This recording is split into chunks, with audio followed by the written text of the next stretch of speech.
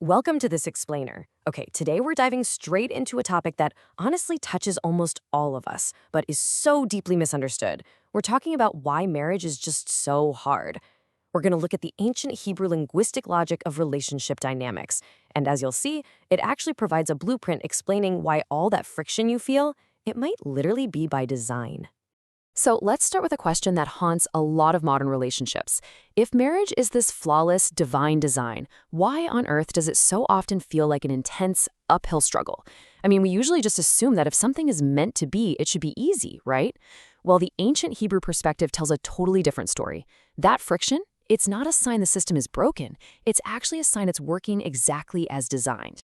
To understand this, our first linguistic anchor is the Hebrew term Ezer Kenegdo. Now, you've probably heard it translated simply as helper, but honestly, that completely misses the mark. It actually means an equal counterpart, a face-to-face partner. This reveals that in the original design, bathed in that golden light of creation, completeness begins with absolute equality. We're not talking about a hierarchy here. It's about perfectly balanced symmetry. Literally two individuals standing face-to-face, bringing entirely different but perfectly corresponding strengths to the table. Just think about this quote for a second. Not beneath him, not above him, but equal, corresponding, completing. Adam's counterpart wasn't formed to serve him, and definitely not to rule him, but to stand face to face as an equal to complete Yahweh's divine design. This is a massive shift in how we view partnership. True completeness actually requires two equals who are inherently different, yet perfectly matched to form a unified whole. And that brings us to the concept of Tselem Elohim, which means the image of God. What's really fascinating here is how humanity mirrors divinity specifically through this relational reflection between two equals. You see, God's image isn't fully reflected in isolation. It's reflected in the dynamic, loving, equal relationship between partners. It's like the luminous reflection of light bouncing between two people who truly, deeply see each other. This is exactly why relationships carry such profound weight, because they literally mirror the divine. But here's where we get tripped up today. We often go out looking for a clone, someone who echoes our personality, shares all our hobbies, and never argues over what to watch on TV. But an Ezer Kenegdo isn't a clone, it's a reflective mirror. And here's the catch with mirrors. They reveal points of yourself you might not actually want to see. A true partner challenges you, they sharpen you. They're going to reflect your blind spots just as much as your strengths. So, if there's one crucial takeaway here, it's this. Completeness is not the same as comfort. We constantly confuse the two. Think of it like this. If you have two stones that fit perfectly together, they're naturally going to spark when they rub against each other. Why? Because the counterpart's job is to reveal the truth. And man, the truth can be incredibly uncomfortable. That friction you're feeling, it's a feature, not a bug. Of course, things didn't stay perfect. Let's trace how this shifted. We go from perfect harmony, or shalom, straight into a relational fracture. The breaking of the human heart led immediately to fear and shame, which inevitably created emotional distance. Suddenly, those two face-to-face equals are turning their backs on one another, and that beautiful cosmic balance is completely disrupted. This introduces us to the Hebrew word shever, meaning fracture or brokenness. This is that tragic, defining moment where the cosmic light shatters into crimson shards and marital conflict truly begins. And listen, shever isn't just some minor mistake. It is a fundamental shattering of the emotional safety that existed in the original design. Because of this fracture, we no longer feel perfectly safe being completely exposed and vulnerable with each other. So what do? We start putting up walls. Just look at this quote. "The woman you gave me." Those are the very words Adam used after the fall. It's brilliantly illustrating the very first marital conflict in human history. And honestly, we've been passing the buck ever since. Notice what happens here. Blame instantly replaces unity. Instead of standing face to face as a unified front, self-protection kicks in and totally shatters trust.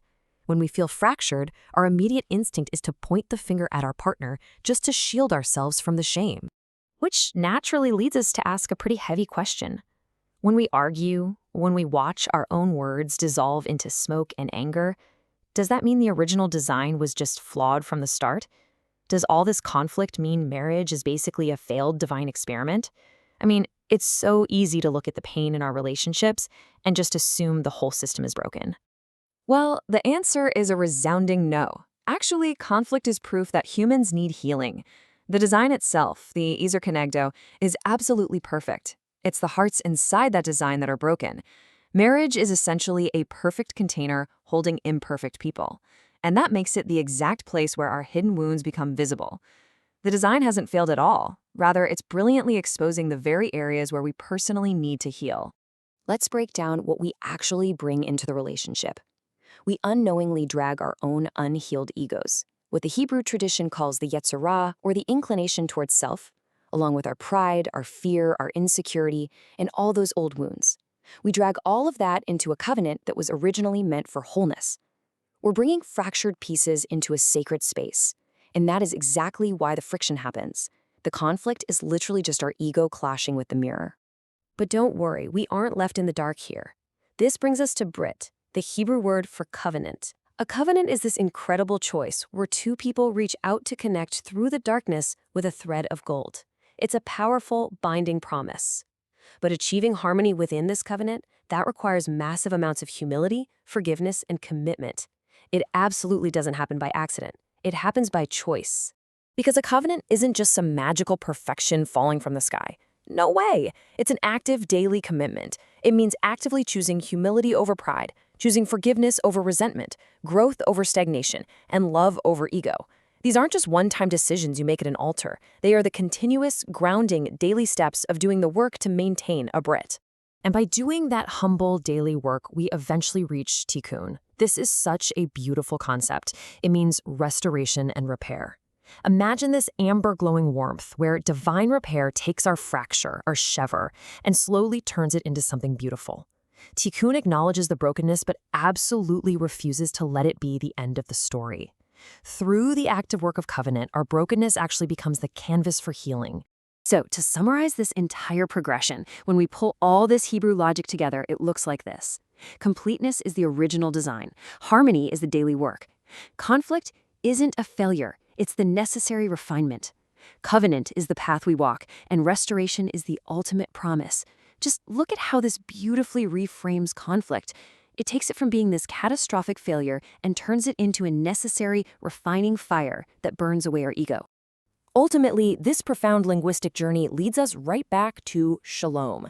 Now, you might know shalom as a simple greeting of peace, but it truly means deep harmony and wholeness, bathed in this cosmic white radiance. It's the restoration of that initial perfect balance between the Ezer Kenegdo. Through the hard work of covenant and by really leaning into the refinement of conflict, two fractured people can actually journey back toward this divine, luminous wholeness.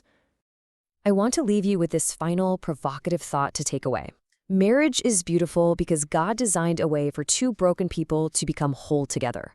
That is the true mystery of the Ezer Kenegdo. We all carry our own fractures, right? Yet within this divine design, we are completely capable of restoring each other's light. So the next time you face the hard work of a relationship, you have to ask yourself, are you going to use that friction to burn the house down, or are you going to let it refine you into something whole? Thanks for exploring this explainer with me today.